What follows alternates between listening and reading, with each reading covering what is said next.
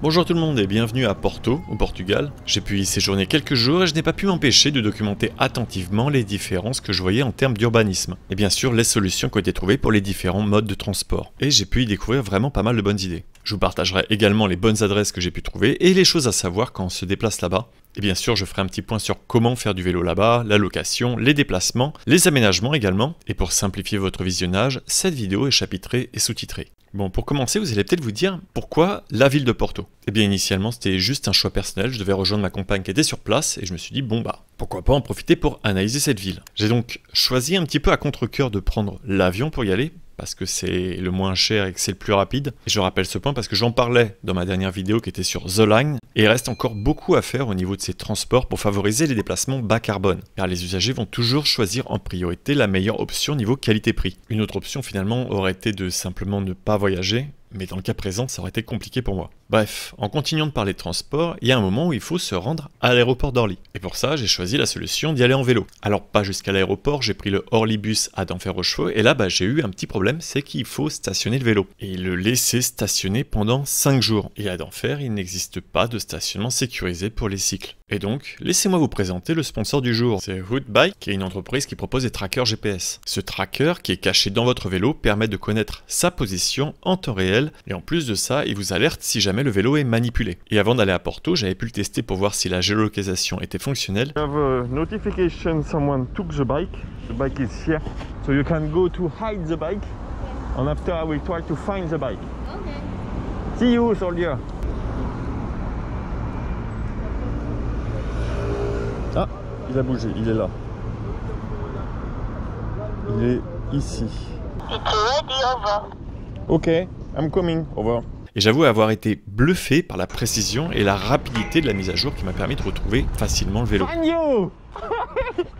L'avantage de ce tracker, c'est qu'il n'a pas besoin de carte SIM, il est prêt à l'emploi et super facile à prendre en main avec son application. Le tracking lui est offert pendant 5 ans, puis 3 € par mois. La couverture, elle, fonctionne à l'international et l'application permet également de gérer une flotte de vélos, ce qui peut être très pratique pour faire de la location. Je vous laisse donc toutes les informations en description si jamais vous êtes intéressé par ce produit. Et c'est donc fier de ce test que je me suis dit, bon bah, je vais utiliser ce vélo qui est équipé de tracker pour pouvoir le stationner 5 jours et on verra bien ce qui se passe. Et j'avais d'ailleurs fait un tweet à ce sujet. Maintenant, je vous laisse imaginer ce qui est arrivé avec le vélo et je vous dirai en fin de vidéo à mon retour de Porto si je l'ai retrouvé. Bon, maintenant qu'on est arrivé à Porto, je vais commencer par les observations que j'ai fait en tant que piéton. Car les 2 premiers jours, je me suis beaucoup baladé à pied dans la ville. C'est finalement à ce moment que j'ai découvert le plus de choses et c'est aussi ce qui m'a donné envie de vous le partager. La première chose que j'ai pu remarquer, c'est sur l'ensemble des passages piétons. Ils disposent tous d'une ligne d'arrêt en amont. Alors cette ligne ne veut pas dire stop, elle permet juste de mettre en valeur la priorité des piétons. Je me suis dit, tiens, c'est une super idée, c'est super clair, ça doit sûrement très bien fonctionner. Eh bien ça va vous surprendre, mais pas du tout! Faites super gaffe à Porto quand vous traversez sur un passage piéton, parce que la priorité c'est à celui qui a déjà de l'élan. L'idée est donc louable, mais vraiment pas très efficace. Les passages piétons sont finalement aussi bien respectés qu'à Paris. Un autre point que j'ai pu remarquer, c'est les entrées de garage qui sont biseautées. Le trottoir, lui, dans son ensemble, reste plat. Et ça, c'est une énorme différence par rapport à Paris et la France en général. C'est que vous ne verrez pas là-bas de trottoirs qui font des vagues. En France, ces trottoirs sont souvent très biscornus en faisant des vagues et des bosses parce qu'ils sont adaptés à la voiture avec l'aménagement de ce qu'on appelle des bateaux qui permettent de simplifier leur passage. Alors qu'à Porto, les trottoirs sont vraiment faits pour les piétons. Les voitures peuvent traverser pour accéder à leur garage grâce à ces arêtes qui peuvent être à l'extérieur du trottoir ou faits vraiment sur le bord de celui-ci. Et ça a également un autre avantage, c'est que quand les trottoirs sont étroits, eh bien cette taille reste toujours constante.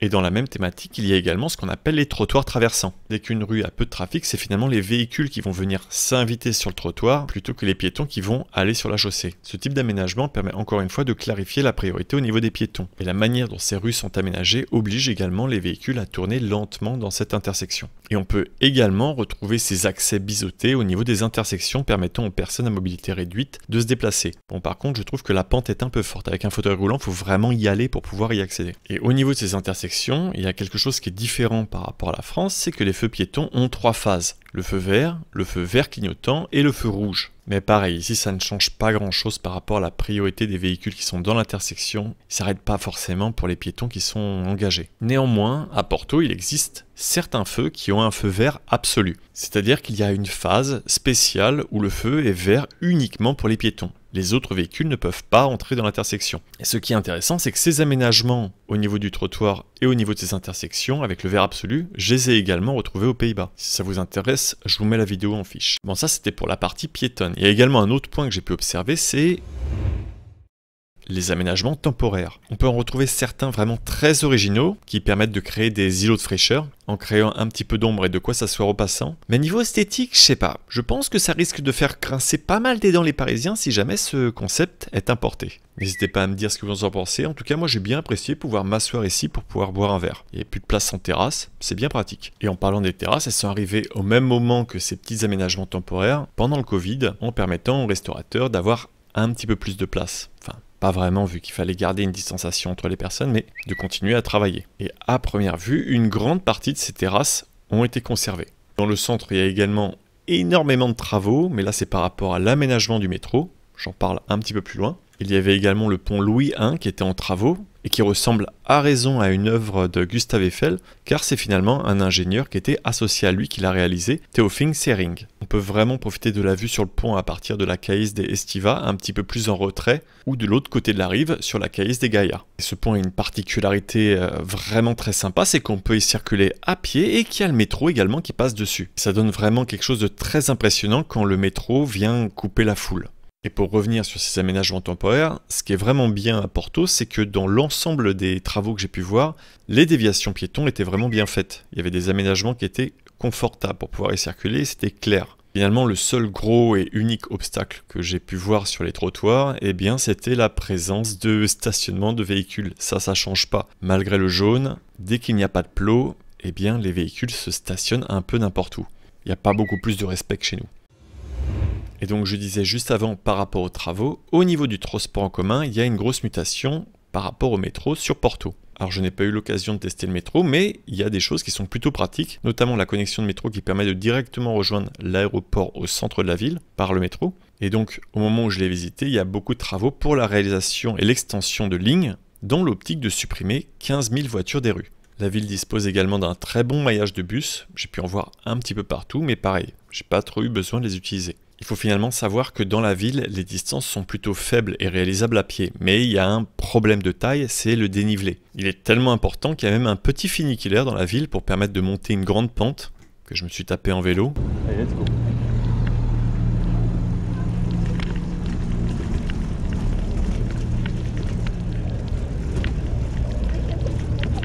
La roue avant est décalée. Ok, ça monte un petit peu longtemps comme ça. 2 seconds later. Je suis déjà à la moitié de la pente. La hauteur que j'ai pris là, j'ai au moins pris 30 mètres. J'ai fait 30 mètres, j'ai gagné 30 mètres. Et de l'autre côté de la rive, au niveau de Gaïa, il y a même un téléphérique. Il permet de rejoindre ce quai jusqu'au métro, qui est au niveau du pont Louis. C'est plutôt à considérer comme une activité touristique car c'est 6 € l'aller-retour. Et il est tout à fait faisable de rejoindre le métro à pied. Et en parlant d'attractions touristiques, il y a également le tram. Alors c'est moi qui considère ça comme une attraction touristique, car c'est vraiment de la balade. Ça va pas vite, ça va à la vitesse d'un vélo qui roule tranquillement. Néanmoins, la vue reste très sympa et puis c'est très peu onéreux, ça coûte juste 3 €. Et justement, maintenant qu'on est sur le vélo, on arrive au cœur du sujet. Est-ce que c'est possible de rouler en vélo à Porto? Eh bien la première étape c'est de trouver un vélo à louer. Alors j'ai dû faire plusieurs loueurs parce que j'avais une requête un peu particulière, c'est que je cherchais un tandem. Parce que c'est vraiment sympa de se balader en tandem. D'ailleurs je vous remets la vidéo en fiche sur Deauville si vous ne l'avez pas vue. Et donc j'ai fini par en trouver un, et malheureusement le premier jour il n'en avait pas, donc j'ai dû le réserver pour plus tard. Donc petite note, réservez vos vélos en avance. Pour la location, j'ai choisi North Road. Vous y retrouverez d'ailleurs un petit sticker Altisplay qui m'ont autorisé à laisser. Les prix sont très abordables, l'équipe est sympa et les vélos étaient de bonne qualité, donc voilà, petite recommandation. Et une fois en possession des vélos, on est donc parti en direction de ce jardin, Jardim do Passeio Alegre, qui est vraiment très sympa et vous pourrez en profiter pour faire une petite pause et pourquoi pas un mini-golf.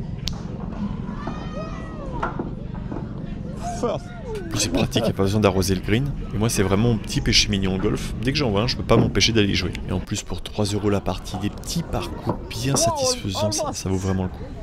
Et si vous continuez un petit peu plus loin, il y a la plage. C'est un endroit qui est très facilement accessible en vélo. Enfin, quand je dis accessible, finalement, c'est que tout le long, là, vous allez suivre les rails du tram. Car c'est un petit peu le seul endroit où vous pouvez rouler. À première vue, rouler en cycle, c'est ok. On a croisé plusieurs fois la police, ils ne nous ont pas fait de remarques, je les ai même dépassés. Le seul petit problème, c'est qu'il faut anticiper les trams qui arrivent de devant et de derrière. Oh shit. Bus can also come here. Et de faire attention aux rails. Et à part ça, finalement, la balade est plutôt agréable. Et l'après-midi, je vous avais présenté tout Porto en direct sur Twitch. Donc vous pourrez retrouver la rediffusion du live sur la chaîne secondaire, je vous le mets en fiche. Et c'est là, finalement, qu'on s'est rendu compte qu'il n'y avait pas beaucoup d'aménagements cyclables, si ce n'est quasiment aucun, à part des voies bus qui sont très peu respectées. La première voie bus que je vois, qui est très bien respectée.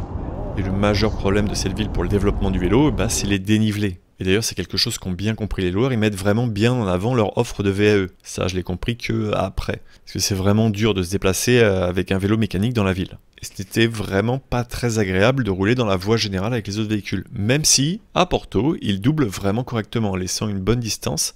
Donc là, il n'y a pas de souci, c'est juste qu'on se sent un petit peu oppressé quoi, dans le trafic. Et donc, après cette petite aventure, quelques jours plus tard, on a pu louer un tandem. Et donc là, on a fait un périple d'une trentaine de kilomètres. Et pour ça, il faut traverser la rive, aller à la Vila Nova de Gaia, où une super piste cyclable sort un petit peu de nulle part.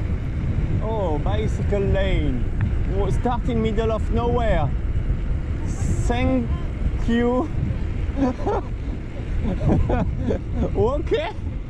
Mais après offre une bonne continuité cyclable, et c'est d'ailleurs vraiment très facile à suivre. On peut même le voir sur TerraVision, c'est impressionnant. Vous pouvez vraiment pas la louper, elle est d'une couleur bordeaux éclatant. Il reste encore quelques petits loupés, comme les débuts, fins de certaines zones. It's like the end of the bicycle lane. Where did I go? Where did I go? Qui se terminent un petit peu au milieu nulle part.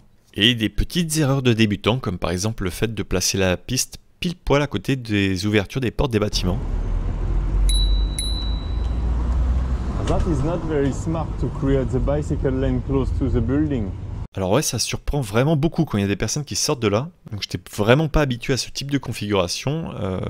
En général, voilà, si une piste longe un bâtiment, bah, il faut vraiment faire attention de ce qui peut sortir du bâtiment. Et donc sur cette piste cyclable, vous avez plusieurs endroits où vous pouvez vous arrêter, comme par exemple la plage de Cabedelo do Douro, et finalement de très nombreuses plages tout au long du tracé. Nous, on a continué à rouler jusqu'à ce qu'il n'y ait plus de piste cyclable. Et ça nous avait finalement arrivé sur une plage où il y avait une église, un petit peu perchée au milieu de nulle part, de manière très spéciale.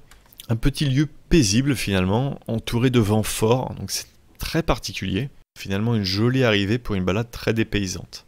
Et donc sur cet itinéraire en particulier, le tandem est vraiment très adapté parce que c'est une longue ligne droite plate.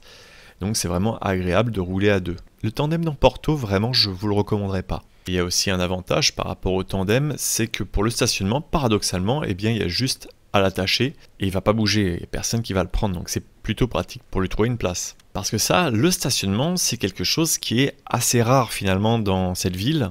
Il y a bien des arceaux vélos, mais c'est vraiment très clairsemé, il n'y en a pas partout et c'est pas super pratique pour s'arrêter. Il y a néanmoins un point qui est important, c'est qu'il y a un gros développement des EDPM dans la ville, c'est-à-dire les trottinettes électriques en free floating, et donc j'ai pu voir beaucoup de places de parking qui ont été aménagées pour eux. Je ne sais pas encore si ce stationnement est obligatoire pour ces engins, mais c'est vraiment quelque chose qui est symptomatique dans une ville. Dès que le free floating se développe, il faut vite trouver une solution pour pouvoir les garer, sinon il y a le pullule de partout. Mais cette solution, au vu du dénivelé, paraît être finalement une bonne solution pour les usagers. Et toujours par rapport à ce dénivelé, je vais passer maintenant aux voitures, qui sont restées le mode de transport privilégié à Porto. So BM on Mercedes.